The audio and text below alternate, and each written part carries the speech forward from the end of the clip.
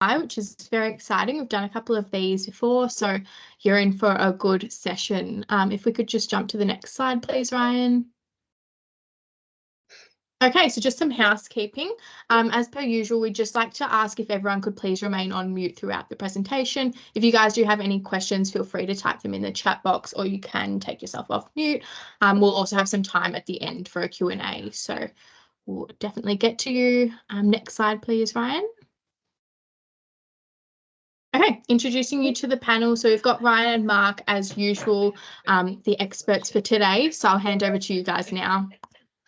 Thank you very much, Gemma. Hello, Mark. Hello, everyone. Welcome to Wednesday, almost halfway through the year.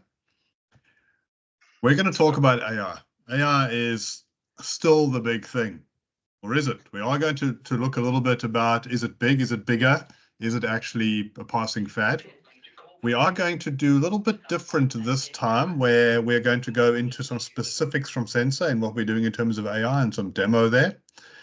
There then have been a lot of questions, a lot of things around data. So we will go through quite a few of your questions, and we will talk about some data and how to protect it. And then there'll be more questions, because there have been a lot of questions and all the stuff is new. So people are getting used to it, which is perfectly normal to do. Now, as people get used to it, they are reacting to it. Some of you may have seen this tweet going around. And I thought it was really funny, and I thought it was really good, actually. It's really clever. So this Joanna lady, I do not know who this is. I don't think Joanna is a project manager. Now, the reason I say that is this. So Joanna is basically saying that she wants AI to do the laundry and the dishes. That's the noise. It's the grunt work. What AI, from her perspective, is doing is generating nice, fanciful pictures of planets and unicorns and all this stuff, and, you know, helping her do the writing, etc. And she doesn't want that. I'm like, well, from a project management perspective, what do we really, really want AI to do? And what are we seeing it do? So at the moment, we're seeing that it can help you with your writing and it can help you draw pictures. But we really need it to take care of the noise. We need it to take care of the things that we spend time doing in Excel. We need it to take care of the grunt work so that we can focus on the art and writing of project management, as opposed to filling in the status reports of project management. And the art of writing of project management is analyzing where the problems are, going and helping people with the problems, giving some teeth to that PMO tiger. Mark, in a long time ago in a webinar called the paper tiger. So we're just going to get Gemma to mute everyone who isn't me, please. Yeah, great. You are muted now as well, Ryan. You need to unmute yourself.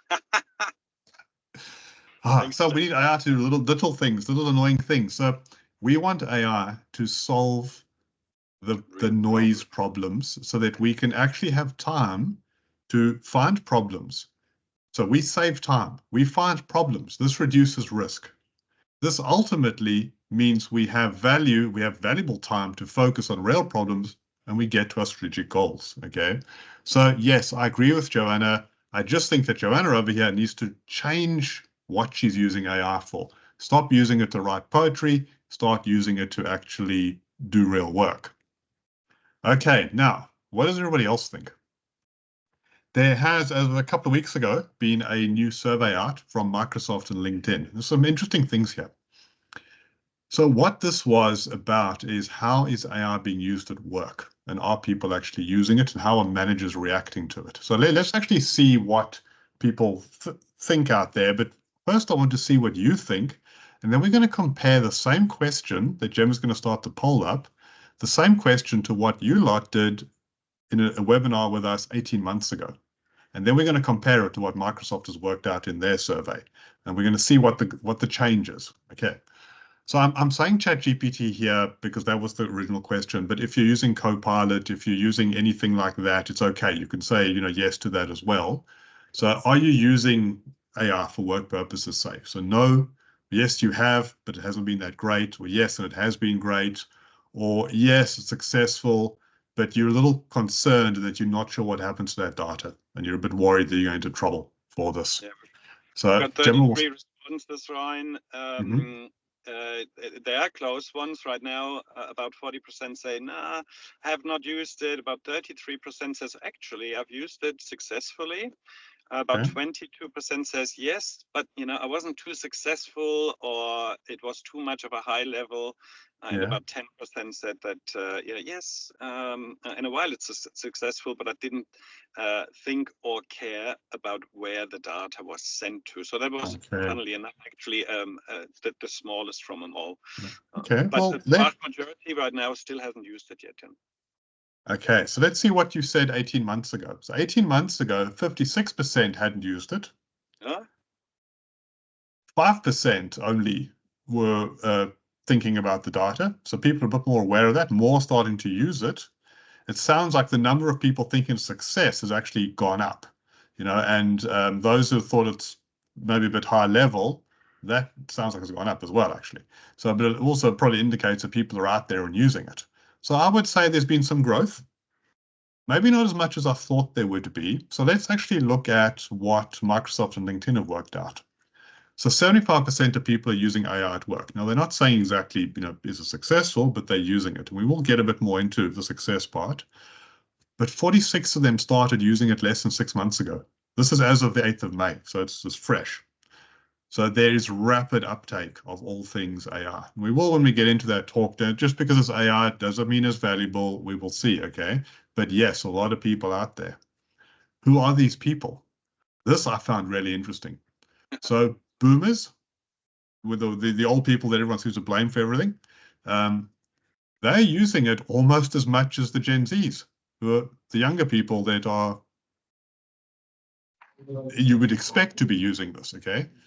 Well, these numbers are not that far off. 73% of the boomers who are supposedly, unable to create a PDF from a Word document are actually using AI at work.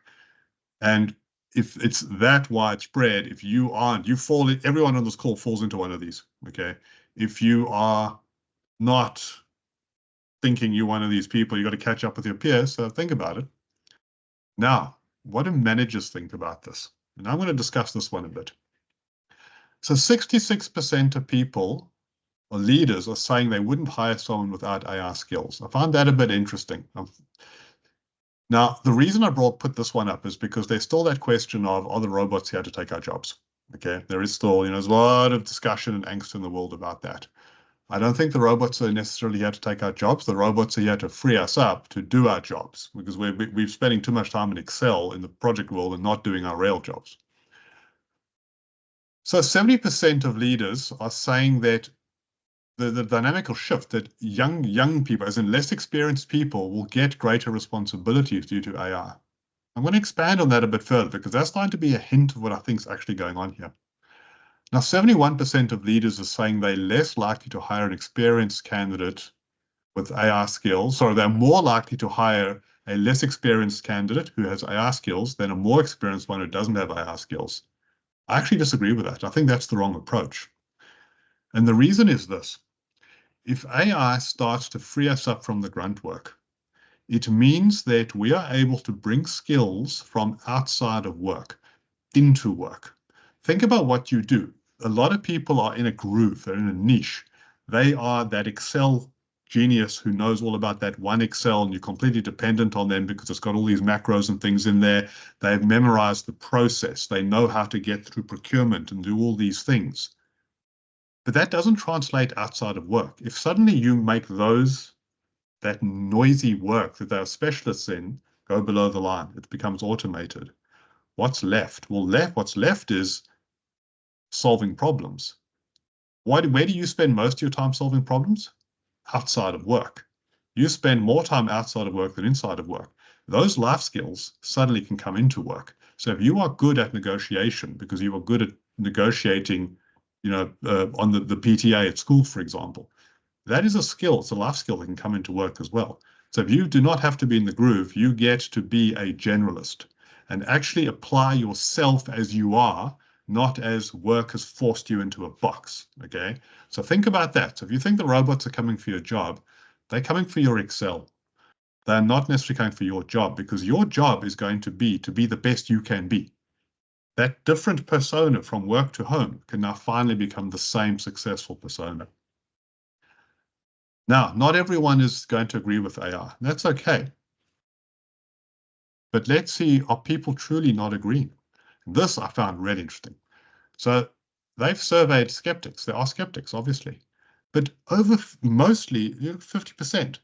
So half of the skeptics are actually, or more than half of the skeptics, actually agreeing that AI is helping them with exactly what we're talking about, is removing the noise. It's helping them be more creative, helping them be more productive, helping them focus on the most important work, not Excel, the most important work, solving the problems. That's the difference. So that is why AI is very much here and necessary. Now, let's get real now. This is kind of the survey. What can we do? Well, from a Sensei perspective, now we normally don't do, I'll apologize in advance, we don't normally do salesy stuff in these asking us per webinars. This is going to be a bit more demo. I want to show you some real things, okay? So what can Sensei help you with now? Yes, we can help you with AI. This is a strategic focus for us. And what we focus on is how can we reduce that noisy work, get you out of the Excels? How can we reduce the amount of risk that you were dealing on your projects? And that frees you up to solve problems, okay? That's where the value truly is over here. So we're going to go through a few examples, and it's going to be a mix of Sensei specific, let's call them co-pilots with a small c, okay, assistants.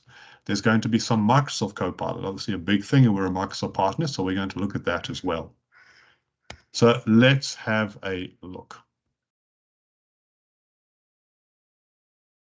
Now, the first thing is, okay, so we think that, so Mark, you and I get together, and we think that we need to do a project. And we're like, okay, let's do a project. Can we just do it? You're an executive director, just sign it off. How can that be? Like, well, I don't know. They've got all these rules now because it's a company's bigger. We could go and bother the corporate manager who loves getting questions on this stuff, or we could bother the HR person, or why don't we just go in over here and say, and ask the AI instead, okay? So how much can you sign off? Now you see I couldn't clear the screen, so you see the answer from before, unfortunately. But what it's doing is this. So what we have here is Copilot going off and looking at our internal data. Okay, so 50,000. Whatever we do, Mark, we have to keep it within 50,000, okay? So now for the proof, we can click there and it will actually take us off to the link. So we have the reference. So it's not just the AI. There was a question sent through about AI hallucinating, etc. Yes, it can, and we have ways of dealing with that. So if yours is, you can talk to us about that. But we have the proof coming to you through the references in Copilot. So we can say, okay, we can do a project, got to keep it under 50,000, and then we don't have to get all this approval. That's great. So what we're doing here is we're saving our time from contacting someone. We're saving somebody else's time. We in Sensei have someone who looks after all these policies, a guy called Ashley. Ashley does not want to get bothered by me all the time asking stupid questions, okay? This way I can help myself and he can do his real job.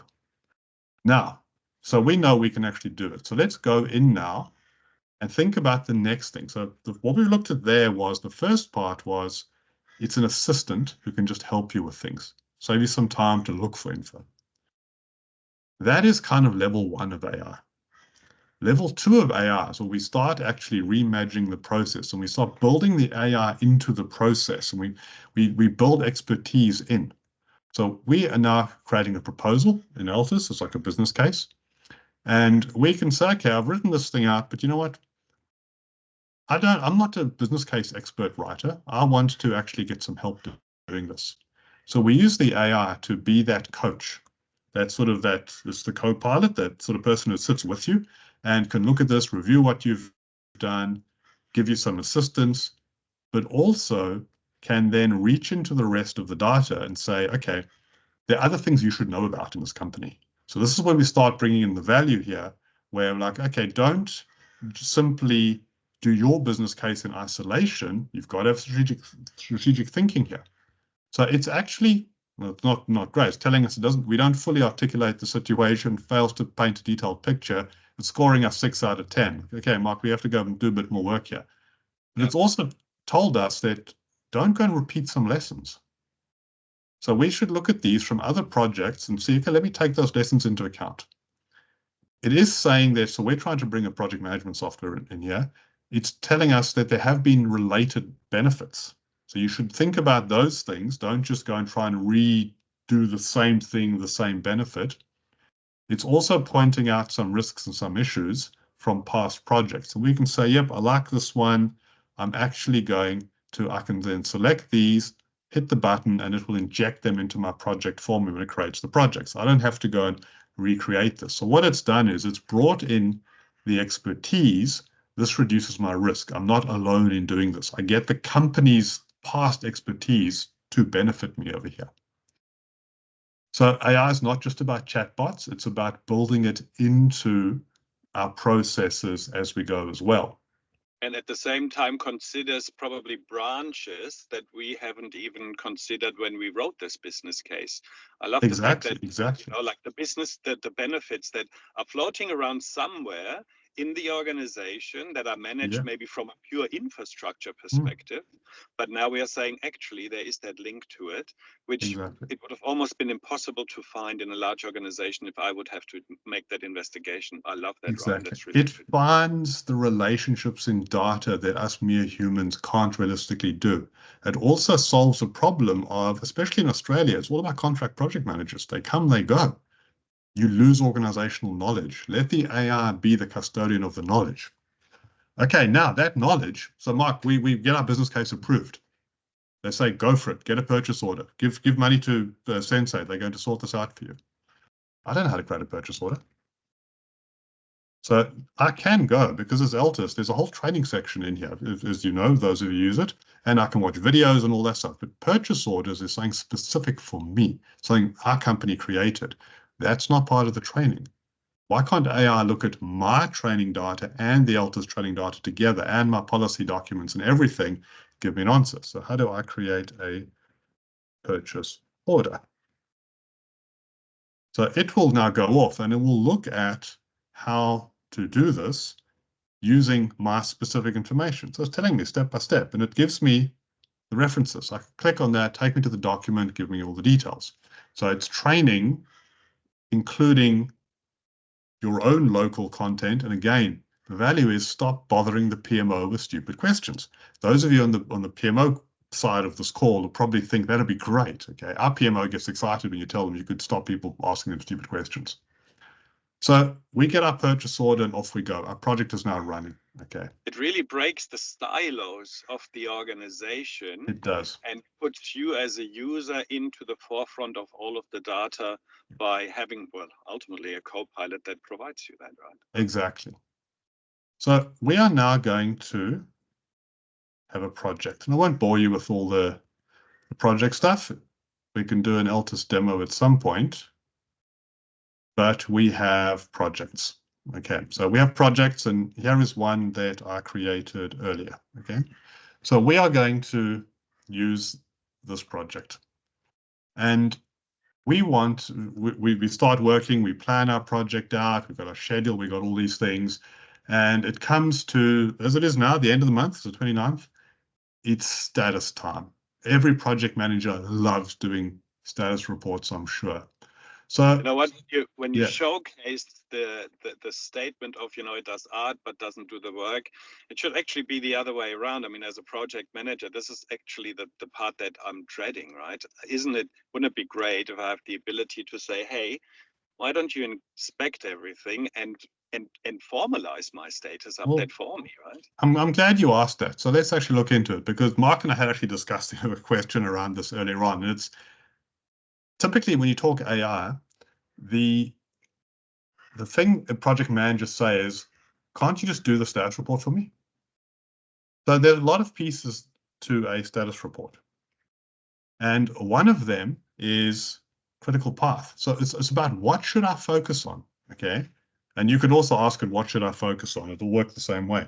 And the point is, what should I focus on without me trawling through? I'm busy, okay? No one ever keeps a schedule up to date. We know this, let's all be honest. Let it help us with this, okay? So what it's actually doing here is, it's going and looking at your schedule, working out the critical path. It's going to come back, there we go, okay. It's come back with what you need to do. So, okay, your design task is 20% complete, but you're halfway through. You need to do this. Configuration task, you haven't started yet, and it follows that. So sort your design task out. And it goes forward, and it eventually gets to, like, yeah, communication. Stay in constant communication with the team, because it does you behind. Okay, so start telling people about this. It's telling you to go and create a risk. So you need to think, it's a cheat sheet for stressed project managers who are like, okay, what should I focus on? And I see it, I'm like, oh, I'm like, I can't. I'm so busy splitting in Excel and going to meetings, I can't cope. Just do this. Do those things and then relax, okay? Breathe, and then you can move on to the next thing, okay? Now, so we need to think about part of our status. We got to think about the risks. This thing's telling us, number 5, they focus on risk management, okay? Ryan, we do have one question. Do you want to take that now, or would there's you a question? Go for it. While this thing's thinking, Fahim? Do you want to unmute yourself? Fahim? Yeah, hi guys, thanks. I think I understand that, but it's, to me, if I look at the status, if you scroll up to the status, it's a very generic status. It's not giving me any insights into the project. All it's just saying, do this, do that. Let's take an example: risk management, implement risk management strategies to anticipate. Of course, that's what we're supposed to do. It's not about status as such. It's a Wait for it. generic status, right? So yes, wait for it. Let's get through the demo. We will cover off more and more detail. Okay. It's Yeah, also sure. about the amount of data I've fed into it. This is a demo system, so there's not that much in there. So you will be Yeah. amazed at what it can come up with and the relationships between data it can come up with. So Yeah, and I you're think- saying, sorry, can I just, are you saying that it's going to look at my risk register in the this and then it's Wait going to for say, it. yeah, that's Yes, it is. Okay. Wait for it. Okay, so what I've asked it for here is just to come up with the risks. So again, you've got to think about noise. For me to go and click 3 times to get to the register, the risks, in this case, that I need to update, that's noise. My finger's only good for so many clicks in my life, okay? I don't want to do 3 clicks. So I can ask it, tell me the risks, I'm thinking about them, I can see them right here. So now I could say, okay, let's add a risk. So we start changing the user interface. Okay, the Venn, let's see, what can we do? It may be on holiday. We need a holiday. I don't know how you guys feel, but it's been a very busy year. Okay, so what it's done is it's gone and created a risk for me. Now it's created the initial risk because maybe I'm sitting in a meeting and we're talking about risks and if someone mentions a risk, I don't have to click all the way there, go and push the new button, create it. I can just fire these things off as I'm kind of working, or people are chatting to each other in Teams. We can go and inject these risks straight in over there. Now, once I've done that, of course, I can click on this and it will take me through to that risk. And now this is where we start looking at, it's not all, as I said, it's not all about chatbots. It's about embedding it into our process. So it's created my risk for me, like, okay, give me some help on thinking of the mitigation over here. So what it does is it looks, now I've given it, I've got a script I should be following here. I gave it a stupid example here. Hope we'll see what it does. There we go. It looks at what you've done. It looks at the overall project. And there's all this data we have in the Dataverse here. It's looking at all of this. And it's coming up with details on what you should actually do. And if you like that, you're like, okay, start editing. It now inserts it in over there.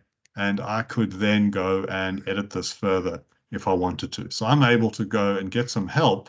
So it's these assistants in every field. So we can have them on any field. The way this works is this one's on the mitigation, but we put them on fields all over Altus, and it helps us fill these things in. So you do not have to sit. How many times do you sit there and you're like, oh, how do I even start writing this?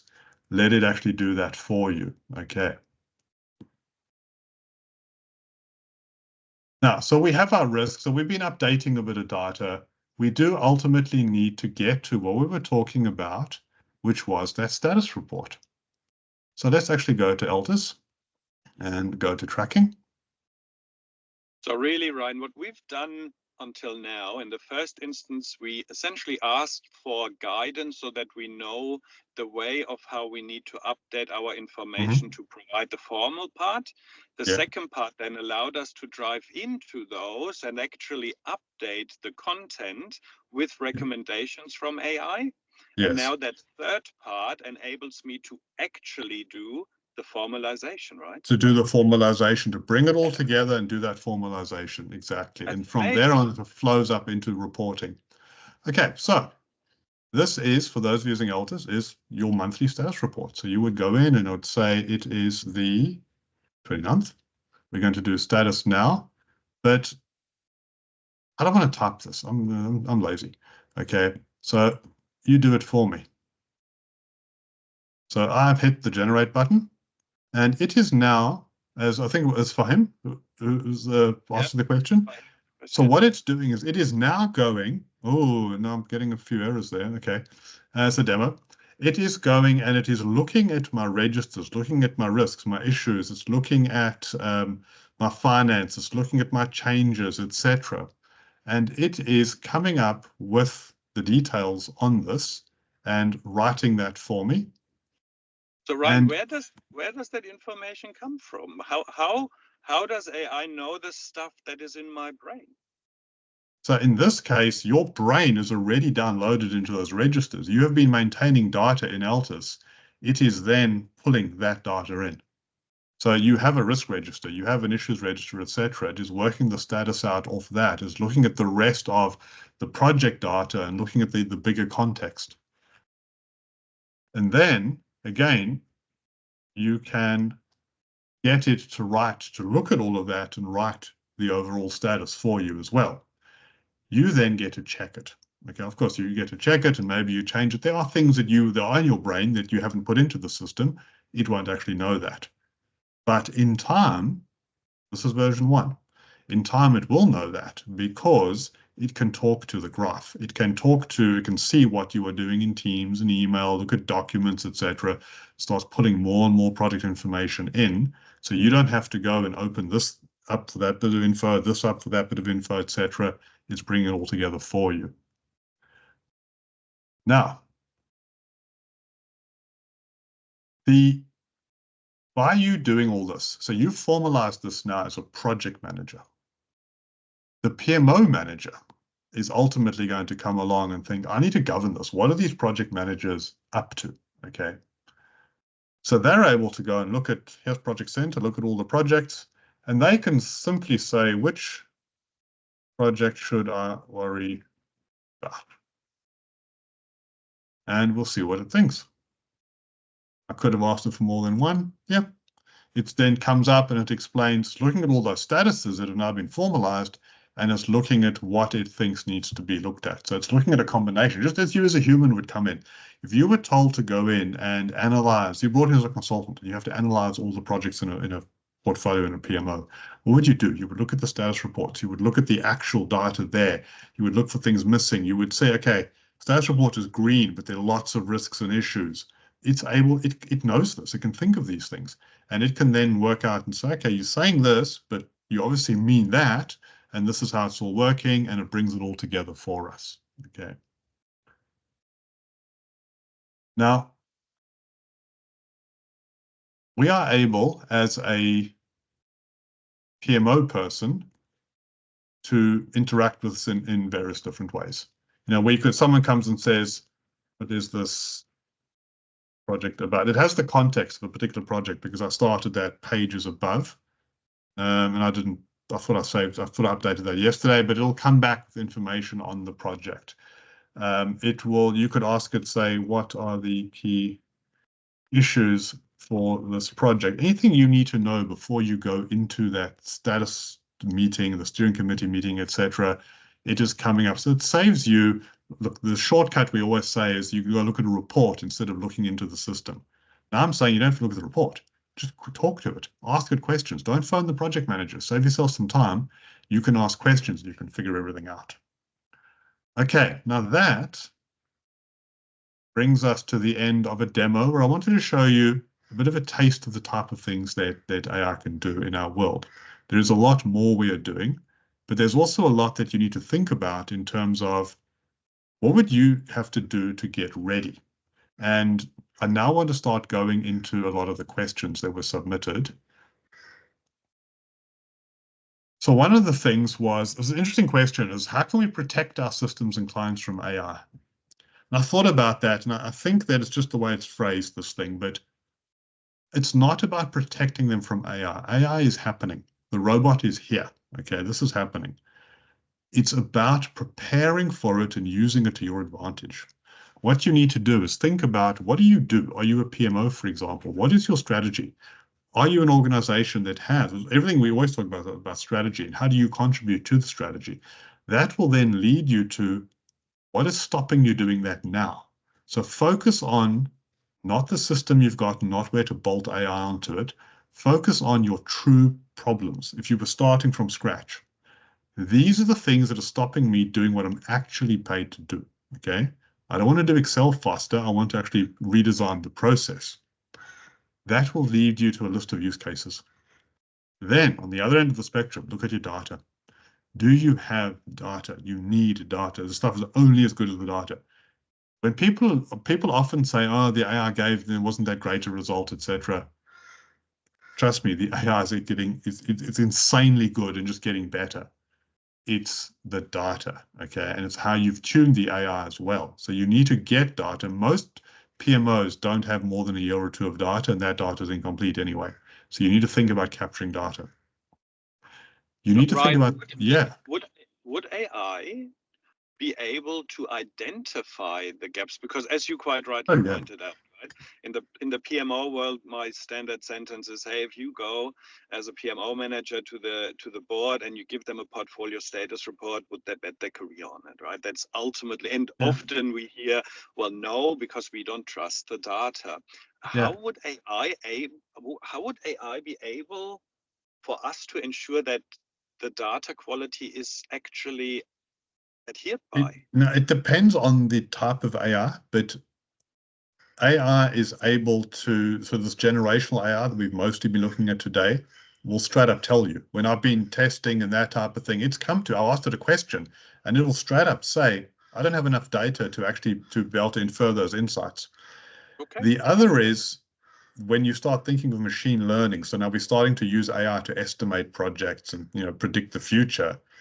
It's statistics, it's stats and maths, and when you build this thing, you actually have graphs telling you you don't have enough data.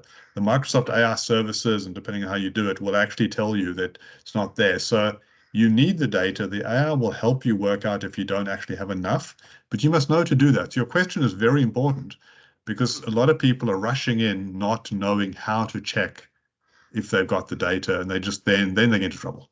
It's like, no, do the checks. There are standard things that have been known about for a long time. You should do it to check you've got the data and then go ahead. Now, part of that is people and context. It's you need to get the people wanting to use this. So it's a change management exercise more than anything else. It's also about exactly what you've been saying, Mark. Can you go to the board and will they trust it? That's about context. In what context is AI used? How far up the tree does it go, and will they trust it? You need to work on that because you have to stand behind it. And then AI doesn't end. Whatever you do now will be the first thing. Examples we showed you as a start, it's going to save you a lot of time. Just from a Sensei perspective, you think from a Microsoft perspective, every 3 months, every week, actually, there are headlines coming out with new advances. So you need to think about the future. Things will keep moving. Okay. Now, quick poll. Microsoft Copilot. And the reason I brought Copilot in here is because it's a big thing that Microsoft is pushing, and there have been a lot of questions around it. So I do want to address some of Copilot. So poll is, who's using it? That implies you've got a license, of course. Who has a license but is not using it that you know? Or no, you're not using it and you don't have a license, or you just don't know.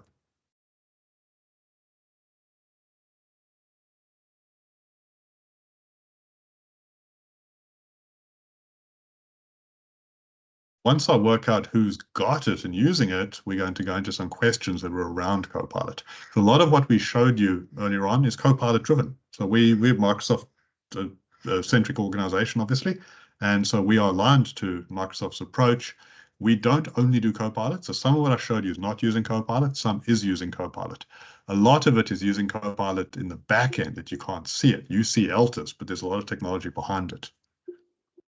Okay, do we have any results? Yeah, so the results are over 50% don't have a license yet. About 27 have a license, but are not using it, and about 21 are having licenses. Interesting. Okay. I wonder why. So one of the questions that we had is, how does all this Sensei AI stuff relate to Copilot? And does Altus integrate with AI tools such as Copilot? And the answer to these things is yes and yes, and that's what I've been showing you. So Copilot doesn't have to be the front-end Copilot. There's back-end Copilot too. So Sensei has Copilots, PMO-centric, PM-centric ones, what we've been looking at. We also have just assistants within Altus that may or may not be Copilot driven. The way it works is you use Altus, and the AI solution within Altus, call it the AI layer in there, is providing the interface. It is tuning that. So people, there's someone asked about hallucinations in one of the pre-submitted questions. So that's where it's making stuff up. And so we tune it to make sure this isn't actually happening. We build logic into it. We then have a plugin, which means it gets to Altus and gets the data from there. And then we present it back to you in different channels inside Altus, in Teams, in boxes on the side, etc., depending on what you're trying to do. So the way this works is basically we do all this preparation. We send it to Copilot, who uses the large language model to provide that external expertise and thinking about things. So it's your data plus the external expertise plus Sensei's contextualization of all of this to make it relevant for the PPM space. And this is the important thing. It's all inside this box, your Microsoft tenant in your data center. It doesn't go outside. Okay, so your data doesn't go outside. People don't get to see your data. So from a data sovereignty point of view, and we'll talk more about that, it's safe. Now, there is another Copilot out there that a lot of you, the Altus people here, would have seen. So this is a screenshot of Altus. On the right, a lot of you would have seen a pop-up, a pane appearing, which is a Copilot. It's a Power Apps Copilot. This is a Microsoft thing, and it's come into anywhere where there is Power Apps. There was a question about, can it be disabled? Yes, it can. Reach out to us. We can help you understand it. We can help you disable it if you want to. We can help you turn it on if you want to as well, but we can help you understand it. We can help you understand what it's for, how it works, what can be done in terms of configuring and what can't, and how you should think about Copilots generally. And maybe you want that Copilot. Maybe you want some of the Copilots I've shown you instead, okay? A lot of options out there. Reach out to us so we can actually help you with that. So now, really, Ryan, what we are saying is Microsoft doesn't have one kick-ass Copilot kind of thing. There are different types of Copilots, right? There are multiple different types of assistants, right? Exactly. There are multiple types of assistants out there. They all have strengths and weaknesses. They all have differences in what you can do with them. And from a Sensei perspective, we have Copilots too that are our own and build on those. Now, on the subject of Copilots, there's quite a lot of questions about data. So I was interested in things. 10% were worried about it early before. We had a lot of questions on this. So last poll here, who's worried about their data getting out into the wild? Okay, and who's worried they're into trouble for using AI as a result? So either yes, you think this is a real problem with AI, or yes, you don't know enough, you're not sure, but you suspect it could be a problem, or no, you know it's not a problem, you know how to lock this thing down. Okay. So, well, from an end user perspective point of view, and I think that's what we are asking here, the yes, it's definitely a problem, and yes, but I don't know enough are close together. The yes, but I don't know enough is probably is over 50%. Again, I think the consciousness of data security and sovereignty is there. But from an end user perspective, I assume they just think, I know that it needs to be important, but I don't know exactly why. Okay, so it depends on what you use. Now, when we talk to people to Sensei, you are talking about Microsoft-based solutions. So everything in our world is inside your Microsoft tenant. So the same as Altus. Is Altus storing the data in a place where you know it is? Yes, it's in your tenant in the data center in Australia under your control. So is the AI. So all of the AI and all of your data stays in your world, okay? It doesn't actually go out there. And this is how that works. So you have Altus and your data in the dataverse sitting inside your tenant. So you're comfortable that that's locked down. You then start talking to the AI inside Altus. It goes off to various Microsoft AI services. And this is where the brain comes in. It uses a model or the multiple models, one of which we've mainly been talking about generative and language-based stuff today, but it could be a machine learning model, anything like that. This thing is sitting inside your world, okay? Now, how does it get there? So the whole point is we don't want stuff going out. So this is a bit of a conceptual diagram, okay, and it depends on the model. But basically, Microsoft or whoever is doing it, OpenAI, etc., they create the models externally. From time to time, they train them, they update them with data from the web. This then comes across to you. If we were creating a machine learning model to say predict how long a project would take, or an estimate or something, we would create this, deploy it inside there. So inside the box, inside your box. So all of your data is basically using, if we just bring us up a level, if it's the language-based one, the co-pilots of the world, what it's doing is it is staying in your box, is the short answer to it. So the data sovereignty is there. There's a huge thing from Microsoft, or they wouldn't be able to be successful with it. If you were using ChatGPT at home on your kid's iPad or something, that's between you and wherever you're sending your data. Okay, that's free. Don't expect anything. If you are using Copilot within a Microsoft world, this, or definitely within Sensei world, this is locked down. So it is staying in here. Your data is not going out. It is not going out to retrain that model. It pulls data from the wide world out there. That is agreements with companies like Facebook and Reddit, etc., or just things it finds on the web. That's how it trains. Your data is not going out. Things only come in. So yes, the data sovereignty is there in exactly the same way it's there with something like Altus.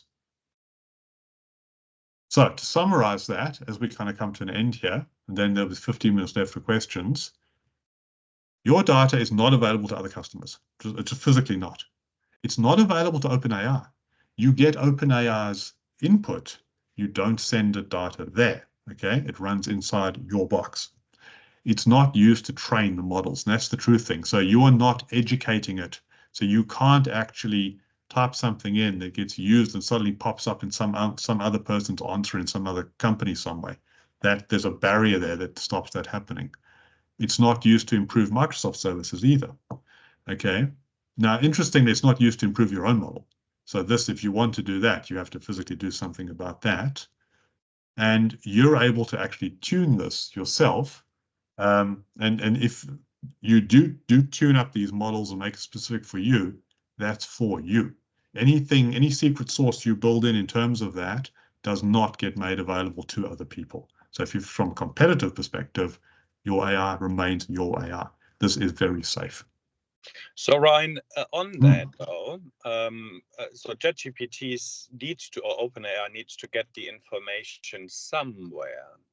So what would be the case, and I'm just, thinking out loud here, but we want to ensure that the information we get, no matter whether they come from within our company or whether they come outside of the company, is relevant and trustworthy.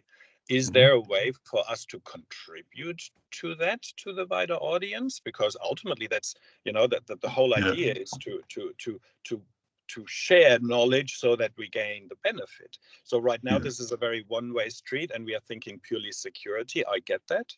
But what about if we want, the ultimate business value is to continuously improve the prediction of those models. If we cannot feed those models back with organizational specific yet anonymous data, then how will it ever learn, right?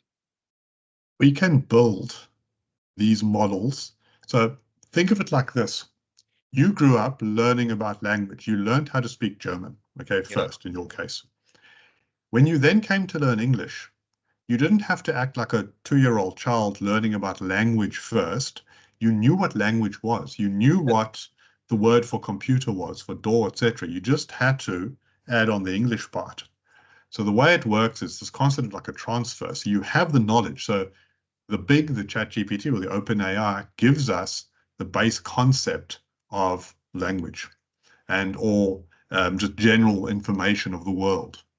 We can then build a layer on top of it that is our specific, and that's ours on our side. So it's that plus that creates ours. So yes, it is. This is a more complicated thing to do, of course, but it is possible to create your layer essentially. Now, that's language based. If you are doing machine learning things, that is exactly what you're doing, and it's built on your side only. So yes, you can do that. This is very much a direction that people will go over time, and it's for the future, but it is possible to do. Okay, now we actually, for once in our life, have some time left over. So I'm going to open it for questions. We had heaps of questions sent through, but I want to open it, put it into the chat. I don't know if anything's been put into the chat, or unmute your mic if you would like to ask something, and please go ahead and ask the questions.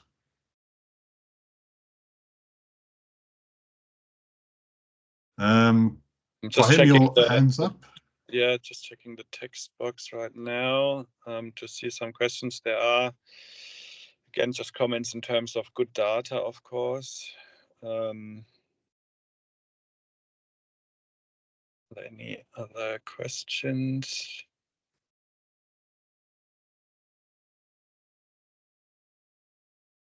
Charity, your hand's gone up. Hi, I just thought there's a couple of questions that haven't been answered in the chat that I've put in, Okay. but Pete, you've answered lots of them.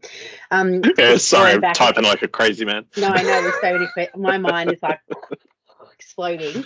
Yeah.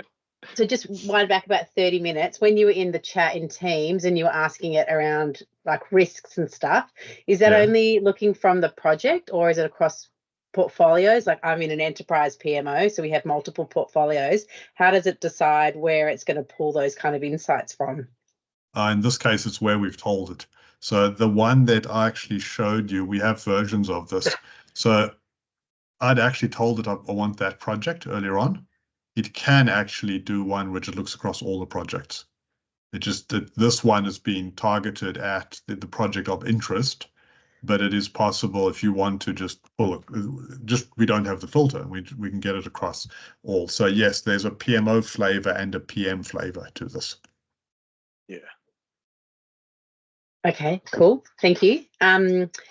Yeah, so I guess, from an enterprise perspective, I'll be looking across the portfolio or even multiple portfolios for insights.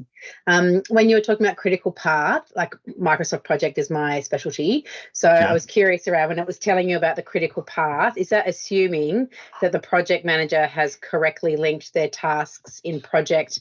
So therefore the AI is pulling the critical path out of project online, or is it calculating the project critical path somehow? It's calculating the critical path, which was up there. It's calculating the critical path, but to calculate the critical path, you do need tasks and you need dependencies between tasks.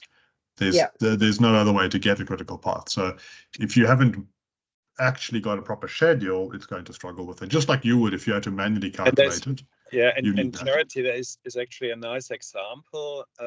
So I'll go down the project or even the Planner Premium path.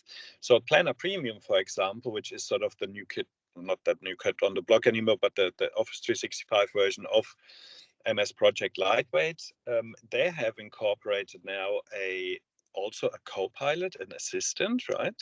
Where you as a project manager now can create your work breakdown structure and then ask that, hey, can you create the dependencies in a logical manner? So you would use that schedule assistant to get that job right, and then that information is then utilized in the chat box that Ryan would outline here. So it's a nice example where you can see the different co-pilots or assistants. One is a schedule assistant, one is probably a risk assistant. So I think that's how you can get that right. Now, from an end user perspective, it will always be the co-pilot. From a technical perspective, it will be different models that you hit when you ask the question. Yeah, so basically there is a co-pilot to help you build the schedule, and there's another co-pilot to help you analyze the schedule. Okay. How's everyone for other questions?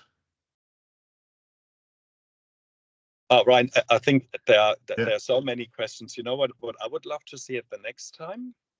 I'm going to say a real world example of a business process flow and how AI can assist me in that business process flow from the creation of the project, from the creation of the content, to the management of the information, to the formalization of the information, to the big picture executive, I'm going to call it executive view, that gives me assurance and trustworthiness that the information is actually trickling all the way through. So that real world example would be awesome to have that on one of our next. We can definitely look at that. So just to answer some questions. Charity has her Alice. Hands up.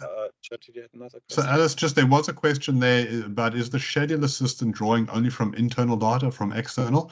It's actually drawing knowledge from external to work out what you're talking about, and it is then using your internal data for the actual tasks. Now, in terms of Charity, you're saying you look forward to a future where you can dictate a schedule to AI, telling what phases, etc. you need. Hang on, let me just get this up quickly. This sounds familiar to something we were talking about the other day, Ryan. Yeah. Now, let me... Sorry, I need to do this without changing my Teams log on, because that'll just cut the whole call off. Yep. Okay, so hang on, let me just quickly share the screen here. Mark and I can perform where we are here is in the project for the web. Okay, so let me just check I've got the right version. No, I've got the wrong version.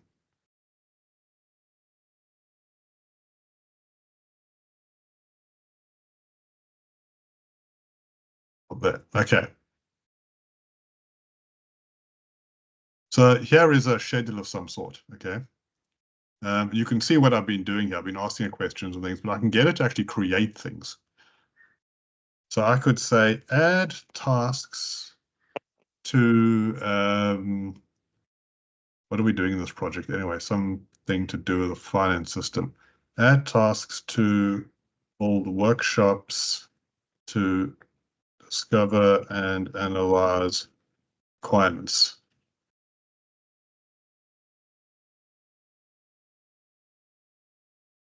It's going to add them in here. Unfortunately, it's a bit messy because I've been obviously messing with this one. Okay, so there is. It's highlighted down the bottom there.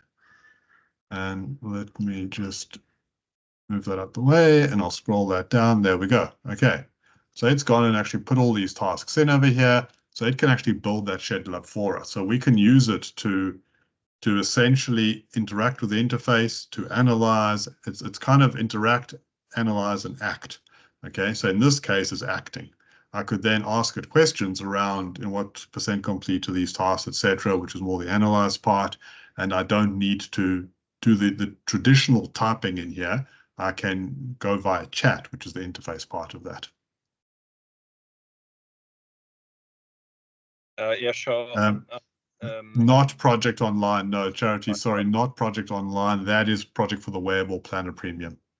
If you are using Project Online, so I'm not sure which organization you've come from, but chat to us. There is a great future beyond Project Online we can help you with.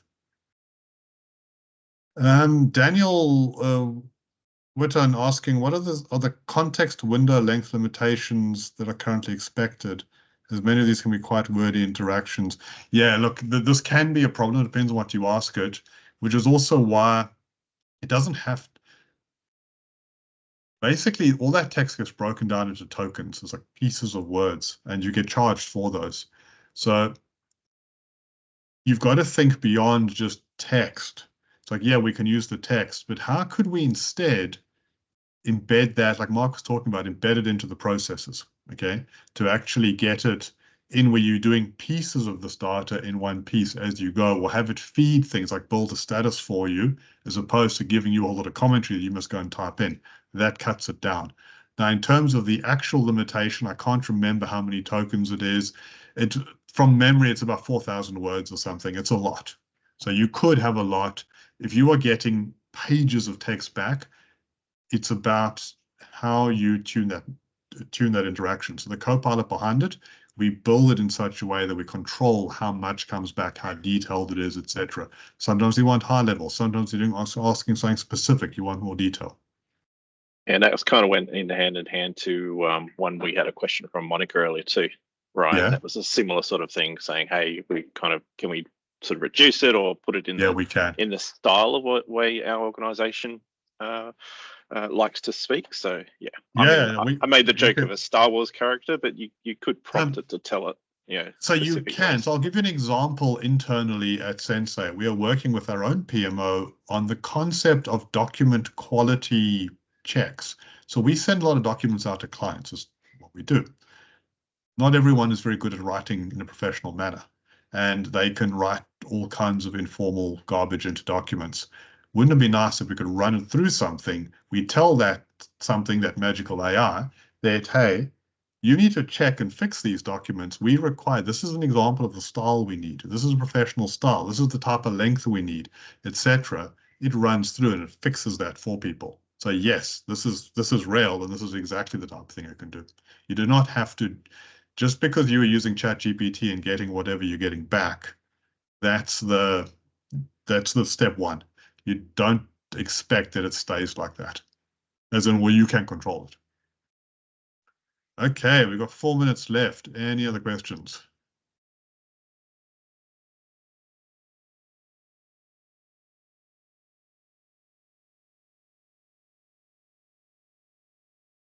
Okay, it looks like Pete has dealt with all sorts of things in the, so has Nate dealt with these things in the chat. So thanks guys for doing that. If no one has any other questions, look, what I will say is please reach out to us. Sensei is serious about AI. This is very much part of the future of the world and us. We are now, as you've seen, some examples of things, so we can absolutely start talking to you about these. As a minimum, let's talk about that Copilot has turned up on the side of Altus. We can help you understand that and help you understand what to do with that, potentially turn it off. Okay, it's not as easy to do. We can also then help you understand what you can do next. So you've seen some examples of these things. This is something you could have added if you like, and so talk to us about what's involved there, and talk to us about just wider things there. The power of this journey going forward is these interesting ideas you were coming up with. When I talk to people, they come up with use cases where I'm like, I would have never thought of that. That's genius and also very easy. So please engage us. I would love to talk to you about these things. And we have 2 minutes left. That is probably a record. Excellent. Thank you, Ryan. Very well done. Thank you all very much. Enjoy the rest of Wednesday. Exciting. Yeah. Bye. Yeah. Likewise. See you. Yeah, and Gemma will be sending the recording out to everyone. She normally says that, but I'll just end it there. Thanks, Gemma.